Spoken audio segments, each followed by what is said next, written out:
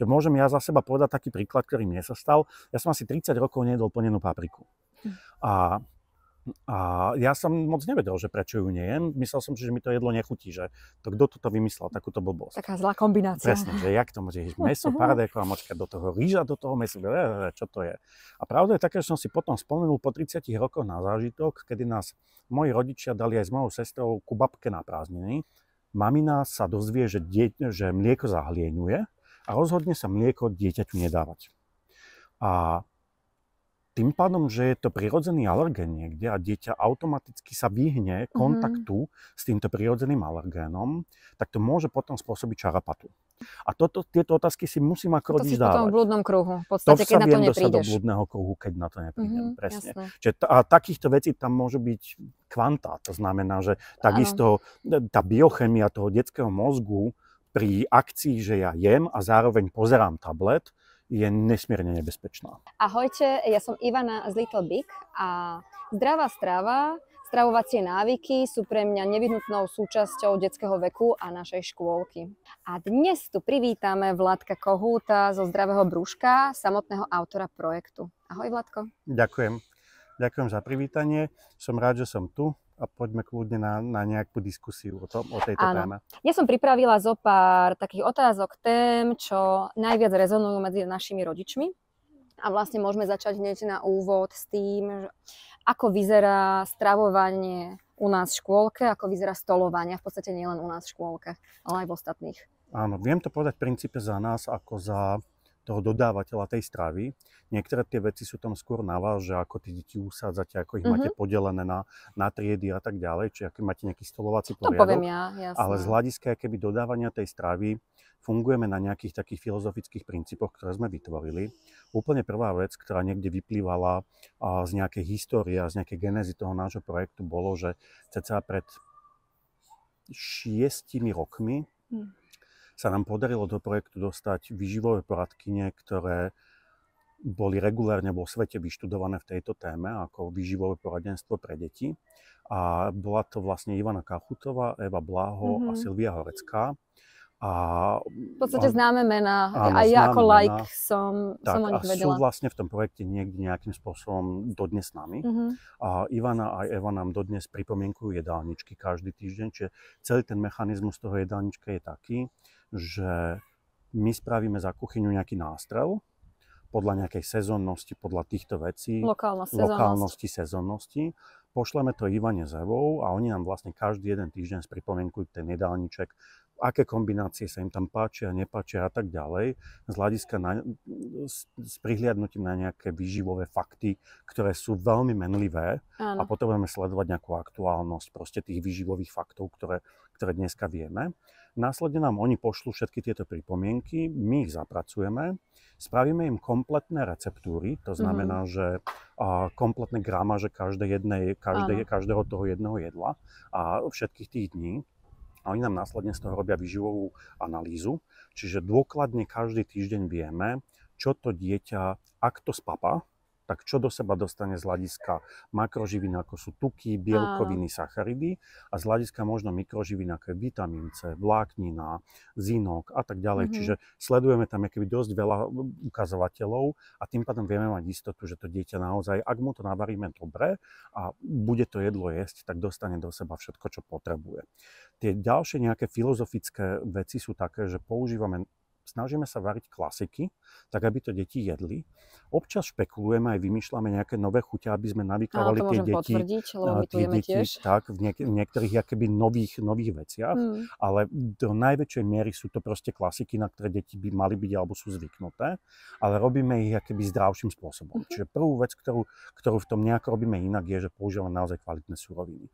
Čiže máme kváskový chleba, zjeme a rokujeme teraz s Kruhom aj so Žufaňou o tom, že teda by nám oni robili nejakým spôsobom ten kváskový chlieb. Čiže niekde sa o nás začínajú ľudia dozvedať, ktorí rôzne položky robia veľmi kvalitne teraz v Bratislave a máme s nimi nastavené rokovania, ale už dlhé roky zjeme, odoberáme kváskový chlieb, používame vajíčka z voľného výbehu, každý týždeň máme telacie mäso kvalitné, používame kvalitnú hydinu a používame určité zariadenia alebo technológiu, ktorou dokážeme to jedlo dostať takou receptúrou do takej formy, aby bolo výživovo jak keby čo najhodnotnejšie. A zároveň sa vyhýbame niektorým veciam. To znamená, že nepoužívame bravčové mäso, nikdy v živote sme nič nevyprážali a máme určité keby takéto nejaké filozofické pozadie, tak aby tá strava bola klasická, ale zároveň aby bola keby o level vyššie. Jasné. Ja môžem odpovedať na túto otázku tiež za škôlku Little Big. A v podstate stravovanie u nás konkrétne, detičky chodia, také tie mladšie, najmladšie chodia jedávať skôr, že sú prvé, lebo aj menej vydržia. A vlastne učíme deti v rámci stravovania aj k hlavnému jedlu mať vždycky v miske aj šalát, nech sa to naučia už teraz. A vlastne, keď dopapajú, samozrejme nenúčime jesť deti jedlo, a keď dojedia, tak si to odnášajú. Častokrát sa stáva, že si vypýtajú duplo, a to ty vieš veľmi dobre, že ako to vyzerá, že ktoré jedlá sú obľúbené. A to je vlastne za nás k tomu stravovaniu a stolovaniu. Áno, je to príjemné v princípe, že tá naša doména bola rozvoz. To znamená, že celý ten začiatok projektu bol taký, že sme všetkým škôlkam to jedlo dovážali. Tým pádom nám chýbala taká priama emócia, taká spätná väzba na také tie emócie od tých detí, že teraz naozaj napriamo pri 80 deťoch vidíme, že či to chutilo, nechutilo a môžeme podľa toho robiť nejaké nápravné opatrenia. A dobre si povedal s tým šalátom, že to je tiež taká keby filozofická vec, s ktorou sa nestretávame. Že naozaj, keď dostanem raňajky, tak keď sú slané, dostanem ku tomu zeleninu. Keď sú sladké, dostanem ku tomu ovocie. Ku každému hlavnému jedlu dostanem šalát. Čiže toto je naozaj taká vec, aby tie deti si niekde navykávali na to, že toto je ten nejaký normálny spôsob. Tie kombinácie správne, ako to má byť potom aj neskôr do dospelosti. A druhú takú tému, čo mám pripravenú, je aký je vlastne rozdiel medzi intoleranciou a alergiou a ako to vie uchopiť vlastne rodič a čo ponúkame teda tým deťom v rámci toho stravovania v týchto dvoch témach? Toto je taká vážna téma, aj taká ako veľmi obsiažná. My ju samozrejme nebudeme vysvetľovať úplne odborne, ale vieme ju povedať akýby z takých tých negatívnych stránok, ktoré sa týkajú priamo nás a tých detí, ktoré sú tuto. Ten najväčší problém, alebo tá najväčšia negatívna stránka celého dietického stravovania je taká, že vo svete sa píše o prevalencii medzi 2,5 až 3,5% alergikov, ktorí majú regulárnu alergiu nejakú, s ktorou sa ešte buď dá pracovať, alebo nedá pracovať. Ale v našich škôlkach to býva poväčšine tak, že buď keď škôlka ide ku nám ako nová škôlka, tak sa stretávame s tým, že tých alergikov, to nazvem, lebo tam sú aj intolerantné deti, aj alergické deti, ale teda nejako dieticky problémových detí je tam okolo 15 až 20%. Čo my v realite vieme, že štatisticky takáto prevalencia nie. To znamená, že niečo iné tam keby zohráva rolu. Najčastejšie to, čo tam zohráva rolu, môže byť určitý nejaký strach alebo možno málo vedomostí alebo informácií toho rodiča a zároveň možno, že aj nedostatočná komunikácia s odborníkom na túto tému a tým pádom sa deje taký negatívny fakt, že mamina sa dozvie, že mlieko zahlieňuje a rozhodne sa mlieko dieťaťu nedávať. A tým pádom, že je to prirodzený alergén niekde a dieťa automaticky sa vyhne kontaktu s týmto prirodzeným alergénom, tak to môže potom spôsobiť čarapatu. To znamená, že úplne prvá vec, čo rodičia napríklad nevedia, je, že na mliečnú bielkovinu sa nedá dostať alergia. Čiže to dieťa na mliečnú bielkovinu môže byť len intolerantné. Čiže nehrozí tam na veľmi veľa percent, tam nehrozí reakcia, ktorá by bola ohrozením života.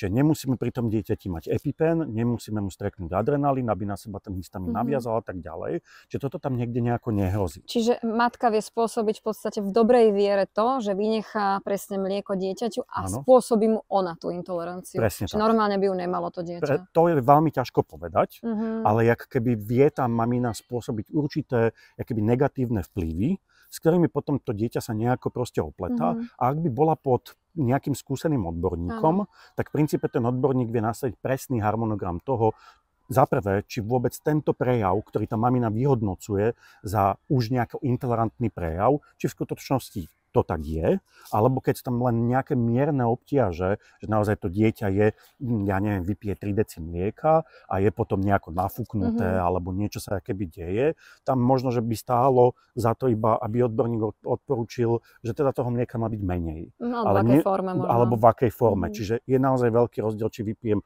3 deci mlieka, alebo si tam kvalitný jogurt s dobrou probiokultúrou. Toto je veľký rozdiel. Hej? A tá mamina sa zlákne samozrejme, niekde akéby opodstatnenie, to je niekde jej pozícia, ale zároveň spraví ako veľký sek, ktorý potom môže spôsobiť ďaleko väčšie následky negatívnejšie.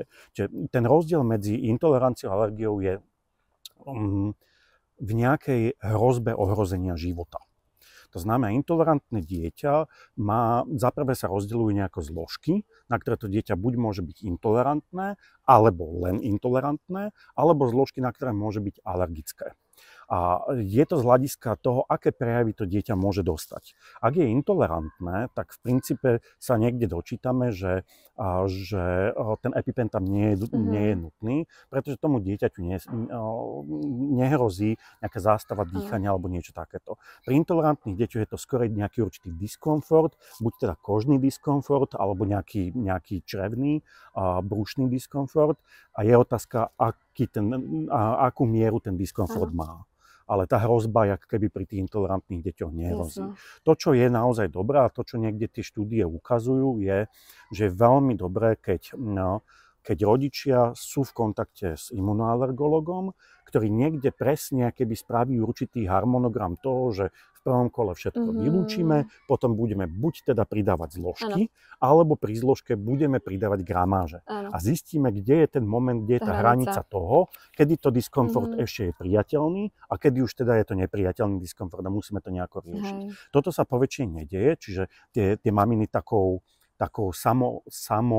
ordináciou, že oni si sami naordinujú, čo akoby by bolo dobre. A častokrát je to naozaj to, že useknú tú potravinu, niekedy aj 10, vtedy to dieťa nebude mať obťaže. Len je otázka, aké budú potom z toho po dlhšom čase následky. Neskôr následky, hej.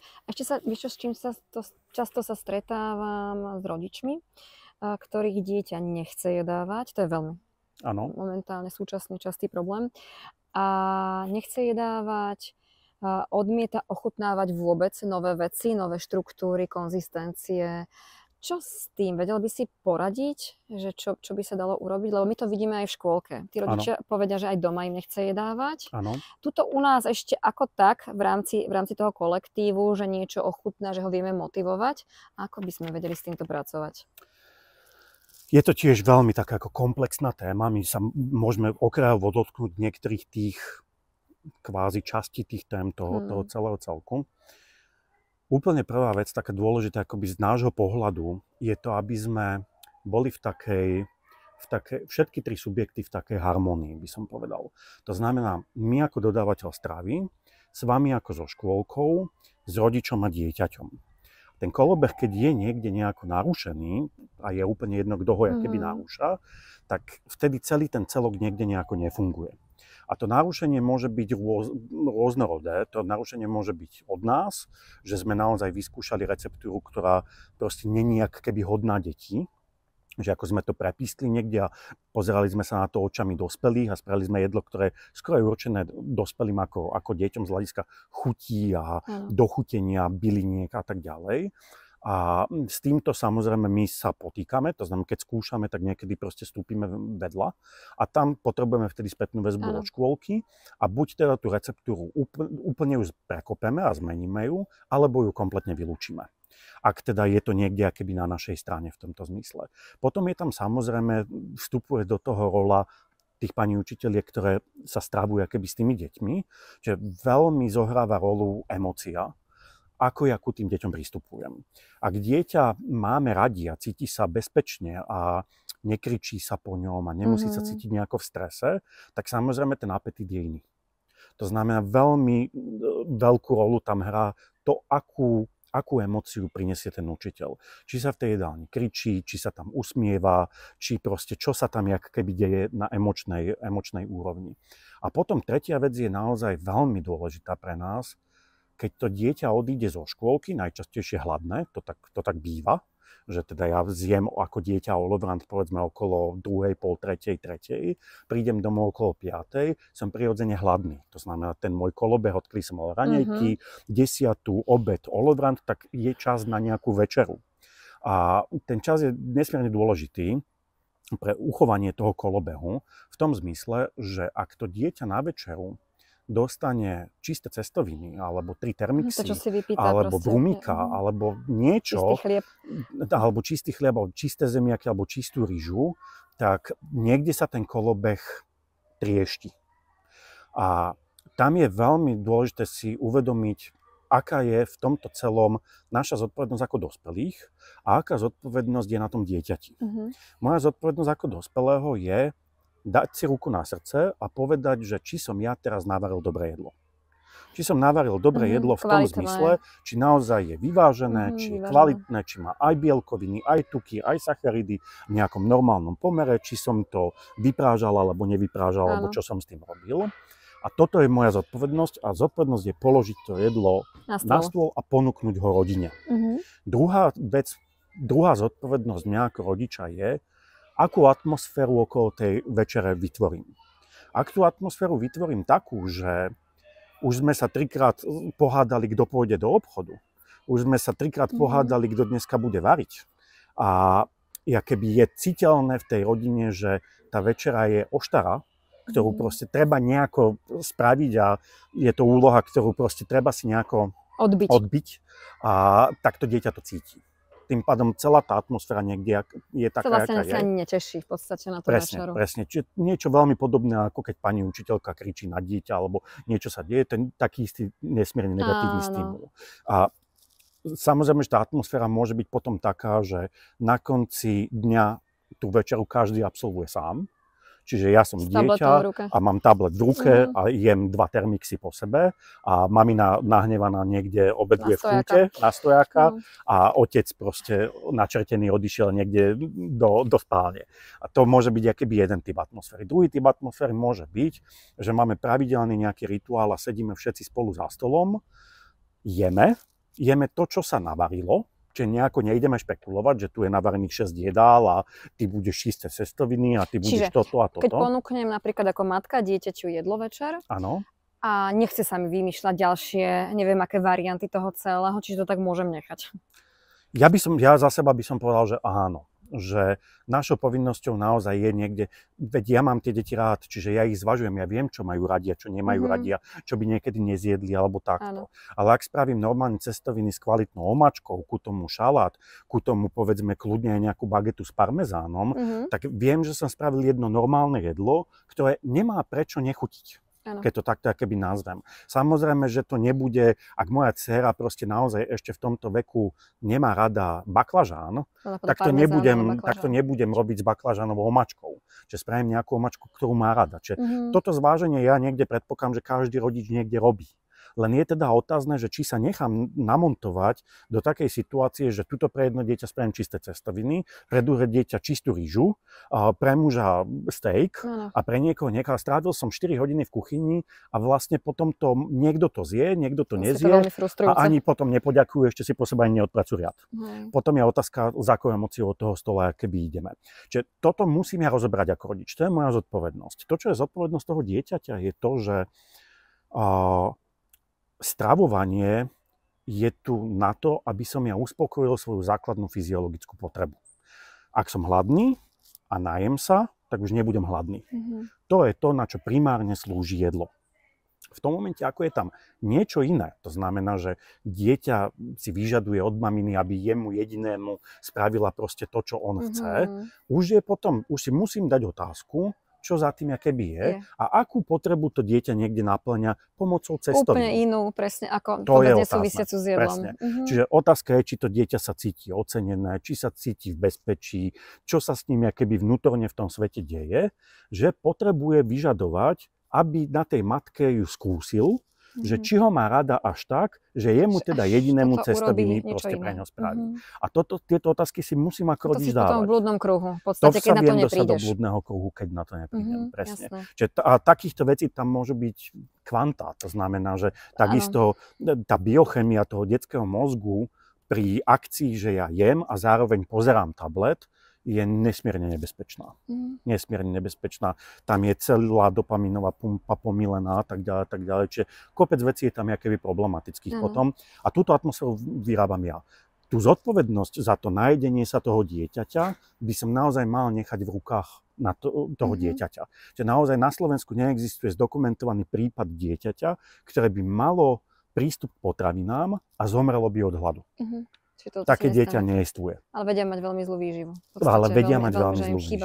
A samozrejme aj rodič sa vie ako veľmi vylákať toho, že tá emócia toho dieťaťa na ten hlad vie byť ako obrovská.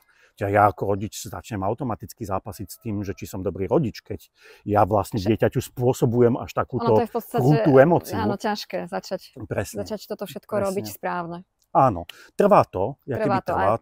My teda tiež sme akoby u nás doma s našimi deťmi spravili tento návyk, že teda povedali sme si večere budeme proste absolvovať spolu. A ja teda navarím iba jedno jedlo. A v pozitívnej emócii. Je to veľmi dôležité v princípe, pretože ten deň je pre každého člena z tej rodiny ťažký v tom zmysle, že naozaj tam je veľký guláš emócií. To znamená, tam mohol byť smútok, tam mohlo byť sklamanie, tam mohla byť radosť, tam mohlo byť celá paleta emócií. A otázka je, že či ja ako dieťa mám tu možnosť po všetkých škôlkach, školách, krúžkoch, povinnostiach, úlohách, všetkých týchto veciach nejaký bezpečný priestor, kde za stolom môžem partnersky svoje emócie keby ponúknuť a nikoho tie moje emócie nejako neohrozia, nikto mi nebude radiť, nikto nebude nejako toto, ale zoberú ma ako, aj keď som dieťa, tak zoberú ma ako partnera, ktorému len porozumejú tie emócie, ktoré on prežíval. Tiež mi to sedí také rešpektujúcej výchove. Takéto niečo. A toto teda má ako obrovský vplyv na to, že ak niečo je zlomené v tomto kolobehu, že buď teda na jednej strane my nespravíme dobré jedlo, škôlka ho nejako pozitívne nenaservíruje, to nazvem, a zároveň rodič potom niekde spacká keby tú večeru, tak sme všetci, ktorí sme v nejakom blúdnom kruhu a potom sa potýkame s tým, že to dieťa bude mať nejaké problematické návyky pri jedení. Áno.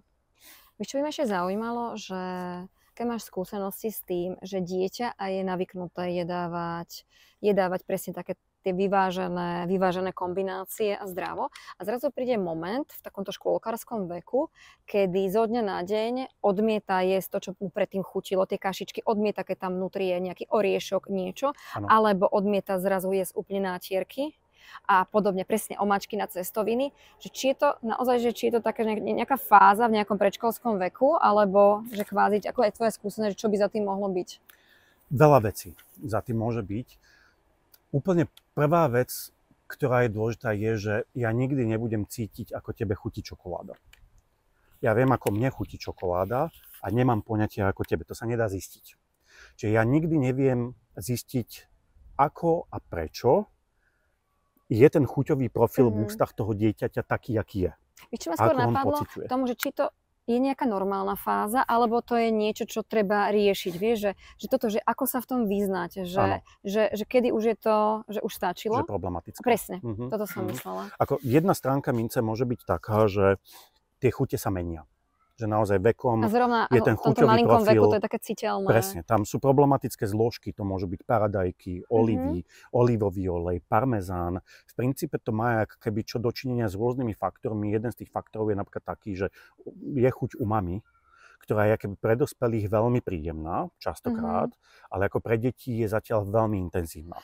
To znamená, to sú presne takéto veci ako paradajky, olivy, kapary, baklažán a tak ďalej. Čiže toto môžu byť problematické zložky a tie zložky sa nejako môžu vyvíjať. Ja si pamätám, že ja ako dieťa som olivy nemal rád, dneska ich mám veľmi rád. Takýchto položiek by som našiel spústu. Čiže jedna vec je, že je to normálne. Druhá vec je naozaj taká, že či ja citlivo nahliadam na to, prečo sa to deje zrovna teraz, keď sa to deje. Čiže v tom zmysle, že či sa s tým dieťaťom niečo nedeje, či sa mi nesnaží niečo tým povedať. Rozumiem. Či to je naozaj také, že... Lebo moja skúsenosť naozaj je taká, že o čisté cestoviny nikdy nejde. Čiže za tými čistými cestovinami, jasné, že tam je tá stránka toho, že to je čistá chuť, nekazivá. Ja zjem čisté cestoviny, ako nič mi nevadilo. Ale na druhej strane ja tými čistými cestovinami sa vždy snažím nejakú emóciu vyjadriť a nemám ešte takú výzretosť, ja ako dieťa, aby som to vedel povedať. To znamená, že ja neviem povedať takú vec, že tati, keď si sa včera so mnou učil s úlohami a ja som bol nejako pomalý, možno mi to ešte tak nezapalovalo, nešlo mi to tak šikovne a ty si sa rozčúlil, tak ja som sa veľmi vylakal. Keď som vylakaný, tak mne matematika moc nejde. To je veľmi málo detí, ktorí by vedeli takýto nejaký vyzretý názor proste povedať.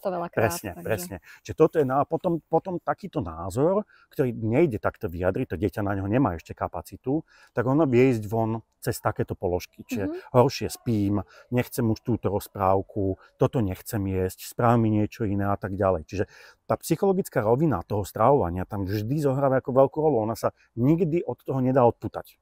Ona tam vždy je. To jedlo vždy je postavené aj na emócii.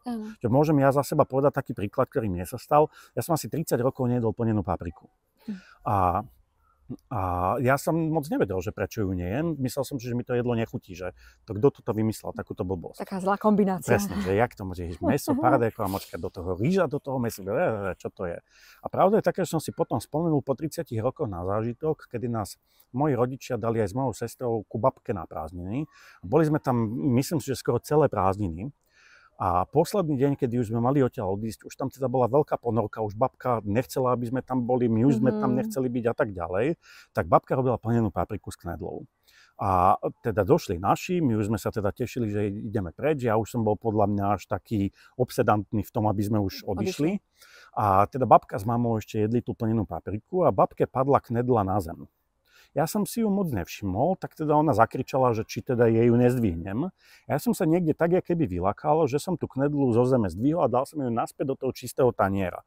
Bolo to hukotu, hodne veľa a ja od tohoto zážitku som 30 rokov nejedol plnenú papriku s knedlou. Sú to takéto keby maličkosti, to dieťa sa veľmi ťažko, keby dieťa sa nikdy nebude fakticky rozhodovať. A dieťa to môže vnímať úplne inak, ako to vníma ten dospelý. Ten dospelý to môže poňať, že však nič sa nestalo a preto dieťa to môže byť živá katastrofa. Presne. Tam sa nám veľmi ťažko keby vciťuje do tých detí, že ako tá miera strachu je úplne iná ako pri tých dospelých. Že ako my sme otrlí, my už sa nebojíme vecí, ktorých nielen to dieťa v princípe je plné strachu. Ak nemá bezpečné prostredie, bude sa báť nejako a ten strach nejako von pôjde. A cez jedlo sa to ľahko ukazuje. Strašne v podstate, ľahko. Že? Najčastejšie. To je denná vec. Tam to vždy viem pustiť. Buď to viem pustiť tým, že veľa jem, buď to viem pustiť, že málo jem, buď to viem pustiť, že toto nejem. Že si vyberám presne, že nejem nič, jem 3 veci dokola. Presne. Čiže na jednej strane ako veľmi normálna vec, že ten chuťový profil sa mi vyvíja. Na druhej strane mňa ako rodiča alebo mňa ako učiteľa zaujíma, čo sa s tým dieťaťom teda deje, keď sa toto deje. A otázka vtedy je, že či teda idem nejakým citlivým prístupom a mám chuť ukázať tomu dieťaťu, že mám chuť si vypočuť, čo sa s ním deje a je tam nejaká dôvera nastavená, alebo že či je to, ty toto neješ, niečo sa deje zle, bla bla bla, či mu to ako idem nejako vytýkať alebo vyčítať. Ak tú dôveru budem budovať, tak aj stravovacie návyky sa niekde úplne zharmonizujú a nebude to vôbec otázka. V podstate nebude to problém v tej danej rodine. Toto je veľmi dôležitá vec. Toto je dôležitá vec, čo si povedal, že ideálne je, keď stravovanie nie je otázka. Lebo toto ma napadlo aj otázke sladkosti. Áno. Že vlastne, keď stravovanie je nastavené v poriadku, tak sladkosti nie sú problém. Áno, oni sú môžu byť k dispozícii, ale dieťa nie je iba na sladkostiach. Lebo tam sa to tiež asi ukazuje veľmi. Presne. Čo ma napadá ešte na záver, že je nejaká otázka, ktorú by som sa ťa mala opýtať, že by si chcel, aby rodičia vedeli? No. Že niečo dôležité? Rozmýšľam. Je veľa takých tém, je veľmi veľa takých tém. V podstate jednu si vyber, že čo si myslíš, že by som sa mala ešte opýtať? Ako téma, ktorá ma napadá, vidím, že teraz, keď chodím po rodičkách, tak u rodičov keby rezonuje, je téma hygieny. To je téma, ktorá je veľmi závažná, to znamená toho, ako doma s tým jedlom narábam. A aké bezpečné to jedlo, keby u nás doma je. To znamená, ako mám proste rozdelenú chladničku, ako nakupujem, kto sa o tú chladničku stará, ako ako zabezpečím chod proste tých potravín, či nejakou metodou, že prvý, kto príde, si niečo vezme, alebo či naozaj spotrebujeme to, čo sme tam prvé dali. Či teda to, čo idem spotrebovať, už náhodou není dávno po dobe spotreby, ale nikto to nevie. To znamená, otvoril som uhorky, kečup, čokoľvek. Na etikete je napísané, že teda spotrebujete do 2 týždňov od otvorenia, ale je tam rok spotreby 2026, tak to ponímeš. Presne. Čiže toto je taká ako tiež rozľahlá téma, ako maminy s týmto narábajú a veľmi sa spája práve s dietickými deťmi. Čiže ak mám doma dietára, čiže je intolerantný na mliečnú bielkovinu, alebo celiatik, alebo proste akékoľvek dieťa, ktoré má nejaké obmedzenia, tak vtedy tá dôležitosť veľmi silná je na tom, či to moje dieťa je stravu, ktorá mala prekročené teplotné vzorce, čiže keby stúpala a klesala medzi tie hodnoty 25 až 45 stupňov viackrát, alebo či mu dávam jedlo, ktoré naozaj som ja raz navaril a on ho čerstvé zje. To je ako kľúčová vec. Druhá vec je naozaj taká, či som ho spravil hygienicky, to nazvem, to jedlo tak, ako som proste potreboval. Či teda, keď teda chladiť musím a idem do chladničky, či som ho predtým zachladil tak, že som ho mal v hrnci na šporáku a ono nejako prirodzene proste chladlo 5 hodín, alebo či som spravil nejakú operáciu, čím by som ho schladil na čo najnižšiu teplotu a potom ho niekde dal do chladničky. Na týchto veciach veľmi záleží. Je to také akoby téma, čo ma napadá. A potom je to možno, čo ešte tak rezonuje na tých rodičkách.